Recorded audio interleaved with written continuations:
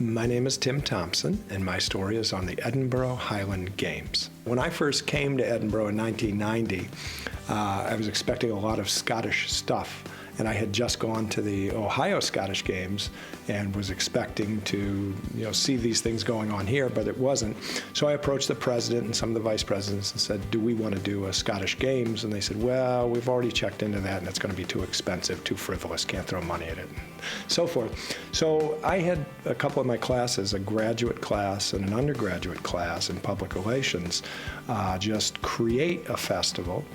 And as they were planning this festival, a few of the grad students knew some guys in pipe bands up in Erie, so they started to ask them if they wanted to get involved, and before we knew it, it started to take on a Scottish flavor, and then we called it the Spring Highlands Festival. So that's what started back in '93, was that Spring Highlands Festival, and now it's evolved into the Edinboro Highland Games. The Highland Games are many different events going on all at once.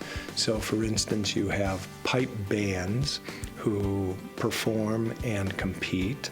You have Highland dancers who are competing inside of the gym.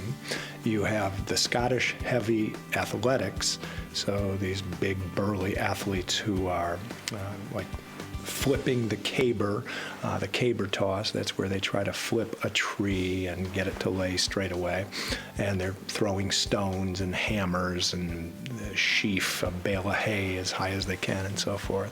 So we have the National Scottish Fiddle Championships as part of the festival, and this year we're going to be starting the National Scottish Harp Championships at the festival as well.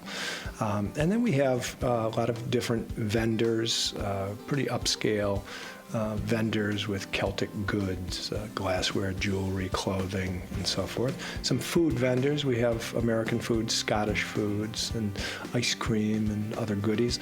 And then we have different competitions for students.